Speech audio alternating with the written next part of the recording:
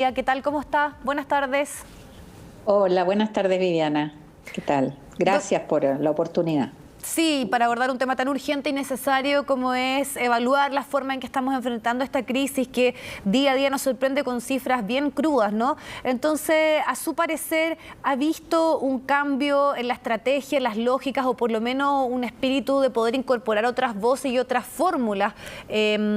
Todo esto obviamente a partir del cambio de ministro y sobre todo ahí es interesante ver qué rol puede tener la atención primaria, que es como en el fondo el primer eslabón de la cadena, podríamos decir, en el sentido de la salud. Así es. Bueno, hay que contarle a los televidentes que en realidad hace más o menos 15 días atrás la presidenta del Colegio Médico nos invitó a académicos, a alcaldes, a colegios profesionales, a trabajadores, a usuarios, a estudiar y ver qué propuestas se podían hacer concretamente para poder potenciar mejor el trabajo en atención primaria.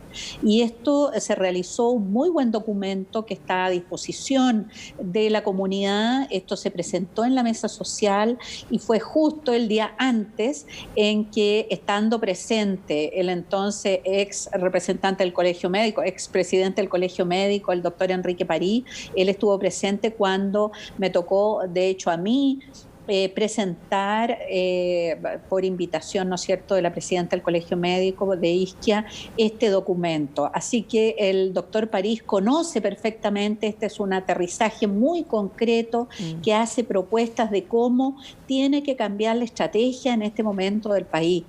Creo que ha habido algunas señales promisorias, pero esto tiene que concretarse muy, muy rápidamente porque de hecho el Ministerio había señalado tiempo antes que se iba a dar más atribuciones a la atención primaria, pero todavía aquello no se concretaba. En este documento lo que se pedía básicamente es que haya una utilización, una conducción de la atención primaria, una inyección de recursos y de trabajo con la atención primaria que ya a lo largo de Chile ha estado desarrollando desde el día 1 múltiples iniciativas autogestionadas prácticamente, Sí. pero que aquí el Ministerio le diera un nuevo impulso, ¿no es cierto?, para incrementar los test, para poder hacer los diagnósticos de parte de los médicos que están en atención primaria, que puedan entregar las licencias médicas y aislar inmediatamente, porque nos hemos enredado con esto de la PCR, que si le pido, que si 4 días, cuando la persona tiene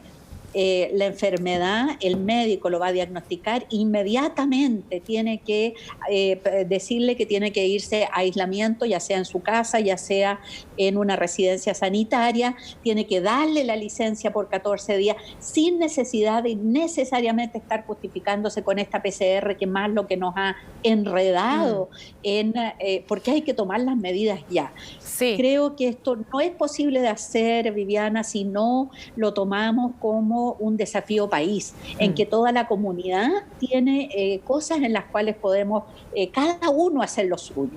Sí, doctora, lo de las licencias parece que es bien decidor y clave, porque una de las problemáticas, ya así lo constataba, por ejemplo, la Escuela de Salud Pública de la Universidad de Chile, es que solo el 35% de las personas estaría consultando ante síntomas del COVID, y un cambio de estrategia que aquí es que ante cualquier síntoma uno debe asumir que tiene el virus, no lo que ocurría antes, que era a la espera de un PCR, porque sabemos que la gran problemática ahora es que la gente no está tomando las medidas, espera el resultado del PCR, que se demora, sabemos eso también, y contagia al resto de su familia. Exactamente, entonces aquí hay que reenfocar el trabajo en el sentido de que las personas consulten ante los síntomas. La verdad es que con 2 síntomas, es decir, por ejemplo, dolores musculares, dolor de cabeza, ¿no es cierto?, o pérdida del olfato, con 2 o más síntomas, la persona puede tener un diagnóstico clínico de enfermedad por el coronavirus. Y por lo tanto, inmediatamente se procede a la licencia y se debe proceder al aislamiento de esa persona para que ojalá ni siquiera vuelva a la casa a infectar al resto de la familia, porque estamos pasando de un caso a la casa y se contagia todo el resto porque tampoco ha estado a disposición de los centros de salud familiar la información respecto a las residencias sanitarias. Entonces aquí se requiere que baje a la atención primaria efectivamente la responsabilidad y las atribuciones para que desde allí se pueda enviar a las personas a las residencias sanitarias, Viviana. Sí, eso es importante, además también el rol que ellos pueden hacer de darle seguimiento a los casos, la trazabilidad, de estar llamando, de ver que efectivamente se esté cumpliendo, entonces sobre todo con las cuarentenas y el aislamiento. Pero quiero sobre todo preguntarle esto como exministra de Salud. Hablábamos ayer de una posible hibernación de todo el Gran Santiago, hubo un montón también de cadenas falsas que hacían alusión a este tema. Eso fue totalmente descartado el día de hoy y hay medidas más estrictas, pero muchos sienten que todavía no van a ser suficientes para reducir la movilidad, para efectivamente que se cumpla con la cuarentena. ¿Cómo lo ve usted? Porque también hay informes que dicen que estamos llegando tarde en todas las medidas que se están tomando, considerando la situación y sobre todo los datos, que lo decíamos al principio, son bien duros respecto al alto nivel de contagios y también de fallecidos. Exacto, pero yo creo que esto no es solamente las medidas restrictivas. Necesitamos que sea una realidad el apoyo económico a la familia.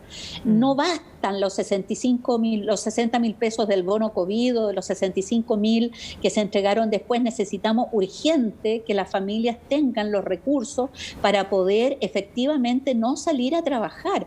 Pero para eso tiene que hacerse efectivo las ayudas, sin lo cual la verdad es que las cuarentenas son una buena declaración.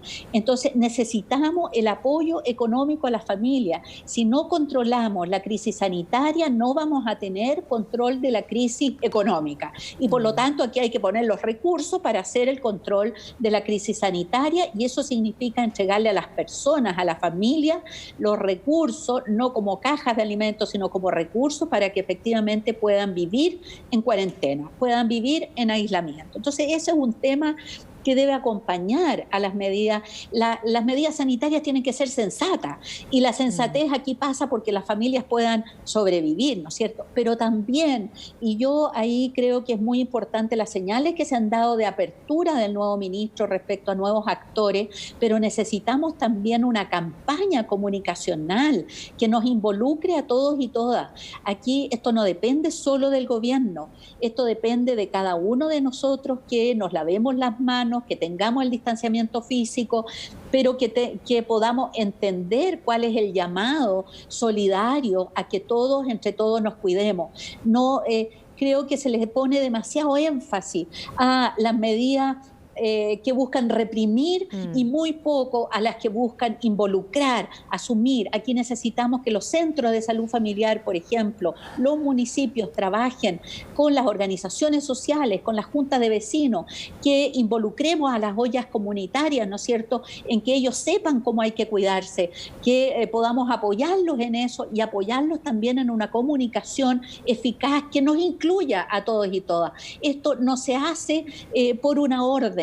Esto se hace, lo vamos a poder combatir si en los distintos barrios, en los distintos territorios nos jugamos porque cada uno nos cuidemos y cuidemos al vecino, a la vecina, a la tía, a la amiga que está cercana, Viviana. Claro, este llamado a la responsabilidad y al sentido comunidad que sentimos que nos ha hecho tanta falta. Para finalizar, ayer hubo una nota periodística del medio Bloomberg que generó harta discusión, que decía que en nuestro país se habían tomado medidas como si fuéramos un país rico sin dimensionar la pobreza, de una estrategia que primeramente funcionó con estas cuarentenas quirúrgicas en ciertas comunas, pero que sabemos lo que ocurrió después. ¿Usted coincide con ese diagnóstico? Coincido, yo desde el comienzo manifesté que en realidad aquí un gran error del gobierno fue creer que todo el país era como el barrio alto de Santiago, donde inicialmente parte la pandemia, ¿no es cierto?, pero donde es más fácil hacer las cuarentenas. Tenemos el teletrabajo, una casa espaciosa, se puede hacer aislamiento, pero la verdad es que la mayor parte del país no vive en esas condiciones. Y mientras el gobierno estaba tranquilo y llamaba a la normalidad y llamaba a el regreso seguro, mientras tanto la infección empezaba a crecer en los barrios populares, donde el hacinamiento es la norma, donde viven 6, 7, 8 personas en 30, 50 metros cuadrados. y donde el aislamiento es mucho más difícil. Entonces, si se acompaña esto a que no había los suficientes test para poder efectivamente distribuirlo y hacerlo, trazar a la gente en atención primaria, hay que recordar que durante todo el primer periodo ni siquiera se realizaban los test en la atención primaria, es decir, no estaban al alcance de los y las vecinas. Entonces, yo creo que la desigualdad que vive nuestro país, que fue objeto, ¿no es cierto?, desde de la rebelión del 18 de octubre en adelante, se ha mostrado aquí en toda su dureza, porque la verdad es que los contagios hoy día son 3 veces más altos en las comunas populares que en Providencia o en Vitacura. En La Granja o en Independencia hay 3.000 por cada 100.000 habitantes, en cambio en Vitacura y en Providencia apenas hay 1.000. Entonces, no solamente hay muchos más contagios en los barrios populares, sino que además son formas más graves de la enfermedad. Entonces, aquí como país, una vez que salgamos de esto, tenemos que ponernos de acuerdo en qué salud y qué país es efectivamente el que queremos, Viviana. Soledad Barriel, agradecemos su tiempo y esta conversación. Gracias. Que esté muy bien. Buenas tardes. Buenas tardes.